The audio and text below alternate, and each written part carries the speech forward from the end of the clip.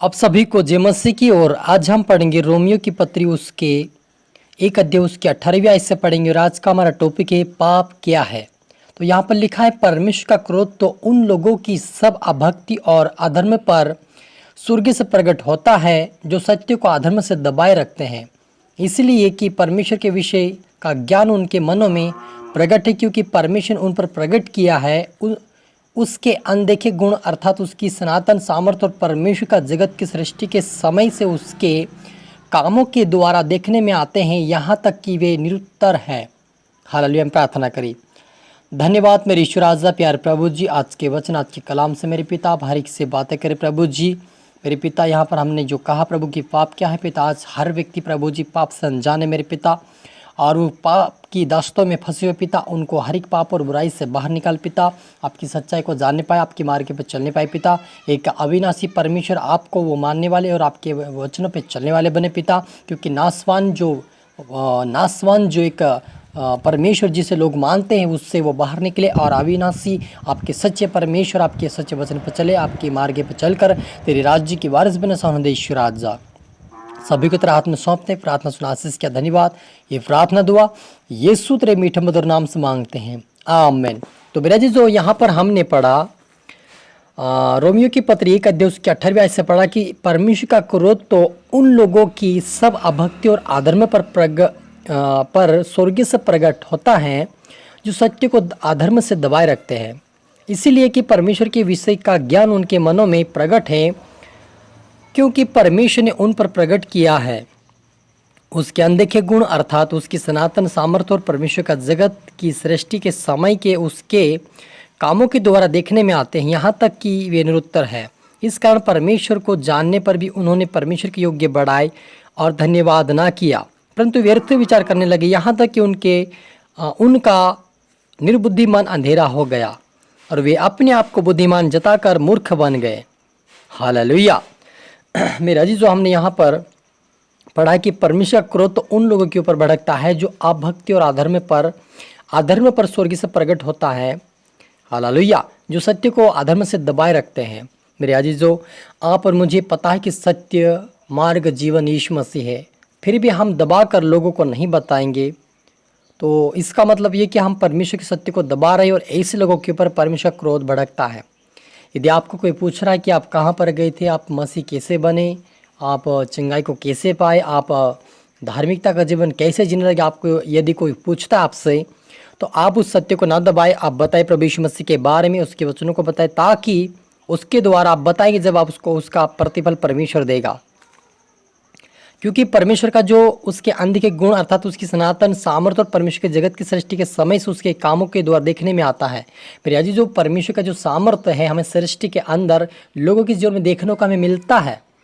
चंगाई परमेश्वर देता है, आरगाई परमेश्वर देता है, छुटकारा परमेश्वर देता है, धार्मिकता का जीवन जीना परमेश्वर सिखाता है, हमारे पापों को क्षमा प्रभु यीशु मसीह करता है। अपने लोहू के द्वारा प्रभु यीशु मसीह आप और मेरे पापों को क्षमा किया है। कोड़े खाने के द्वारा उसके कोड़े खाने से हम सबको चंगाई मिली है। तो उसी परमेश्वर के हम अनदेखे हमें नहीं करना है, लेकिन वो हमारा जीवित परमेश्वर हम सबको दिखाना है। उसका प्रूफ हमारे जीवन में गवाह मेरे जीजो, हमारे जीवन में जो गवाह बनी, हमारे जीवन में जो टेस्टिमनी बनी, उसको हम लोगों तक शेयर करें, उसको दबाए ना रखे, अन्यथा आपके ऊपर परमेश्वर क्रोध भड़केगा और परमेश्वर आपको उसका दंड यानी कि प्रतिफल जो आप करेंगे उसका प्रतिफल आपको मिलेगा। यदि आप अच्छा कर्म करेंगे उसका प्रतिफल अच्छा मिलेगा, यदि आप गलत करेंगे तो उसका प्रतिफल भी उसी के अनुसार मिले जैसा आप करते कर्म का। तो आप और मुझे सत्य को दबाना नहीं है, लेकिन सत्य को हमें बताना है, ताकि वो जीवित परमेश्वर है। वह कहता है कि जो सत्य को दबाए रखते हैं, जो परमेश्वर की बड़ाई नहीं करते, जो धन्यवाद नहीं देते, जो व्यर्थ विचार करते हैं और जो निर्बुद्धि हो गए, अंधा मन हो गया, वे परमेश्वर, वो लिखा कि वे अपने आप को बुद्धिमान जताकर मूर्ख बन गए हैं। हालेलुया। मेरे जो अपने आप को बुद्धिमान ना समझे, लेकिन परमेश्वर के वचन के अनुसार ही बुद्धिमान बनकर, वचन को पढ़कर, उसके ऊपर चलकर दूसरों को चलाए, ताकि हर व्यक्ति के आत्मा बचाए और परमेश्वर के राज्य की वारिस बने।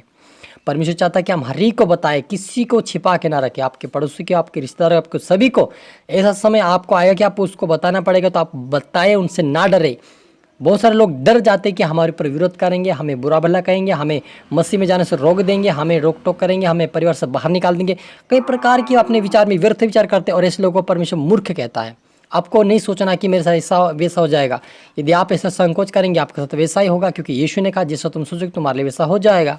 तो हमें सोचना नहीं, हमें विश्वास करना कि यीशु मुझे यदि पतरस को उसी रात को निकाल सकता है, सिलास पौलुस को आधी रात को जेल से बाहर निकाल सकता है, वो मुझे भी निकालेगा। आपको विश्वास करना है क्योंकि वह परमेश्वर सर्वशक्तिमान परम प्रधान परमेश्वर है।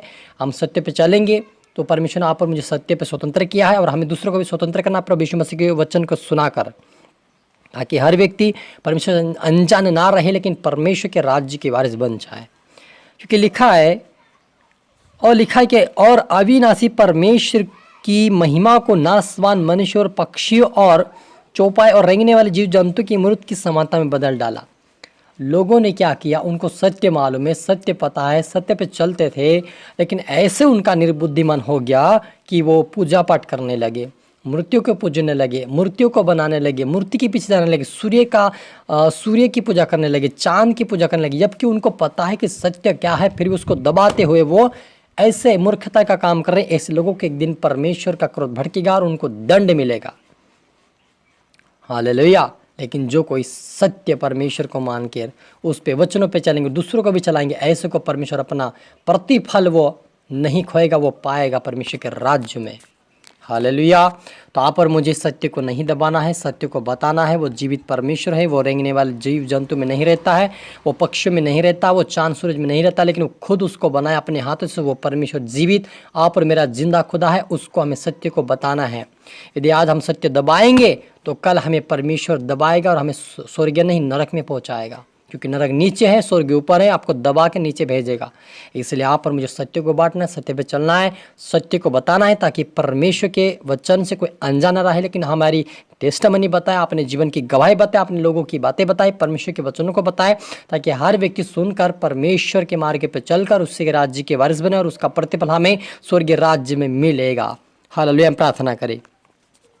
धन्यवाद मेरी सेनाओं की यह यवशालो मेरे परमेश्वर पिता, आपने कहा प्रभु कि वह अधर्म को, ऐसे लोग हैं जो अभक्त अधर्म पर स्वर्ग से प्रकट होता है और सत्य को अधर्म से दबाए रखते हैं मेरे पिता। ऐसे लोगों को बुद्धि ज्ञान समझ दे मेरे पिता कि वो सत्य को उजागर करने पाए, सत्य को बांटने पाए, सत्य पर चलने पाए पिता। जितने आपके बेटा बेटी देख रहे सुन रहे, मैं हर एक के लिए प्रार्थना निवेदन करता यीशु के नाम से, वो पिता परमेश्वर गंदगी और अधर्म से बाहर है मेरे पिता। तेरी धार्मिकता को पहनने पाए, तेरे उद्धार को पाने वाले बन जाए, तेरी मार्ग के पर चलने वाले बन जाए, तेरे राज्य के वारिस बन जाए पिता। इनके द्वारा इनका परिवार उद्धार पाए और आशीष पाकर तेरे राज्य के वारिस बने, ऐसे हम घोषणा करते हैं in the name of Jesus के नाम से मेरे पिता। आज से प्रभु इनके जीवन में उद्धार और इनके परिवार में उद्धार की घोषणा करते हैं मेरे पिता। ये प्रभु आपके आने के अंत तक प्रभु बने रहे, आपके वचन में प्रार्थना और आपके राज्य के वारिस बने सोने देश राजा। इस सत्य को जान के इनको स्वतंत्र यीशु के नाम से करते मेरे पिता। दिलों में ढांपते मेरे पिता। प्रार्थना सुन आशीष के धन्यवाद मेरी राजा। ये प्रार्थना दुआ यीशु तेरे मीठे मधुर नाम से मांगते हैं, आमीन। तो मेरे जीसस में आशा करते हैं इस वचन से प्रभु आपसे बातें किया होगा। इसको लाइक करें, शेयर करें, सब्सक्राइब करें, ताकि प्रभु आपको दुगनी आशीष दे। आप सभी को फिर से गॉड ब्लेस यू ऑल।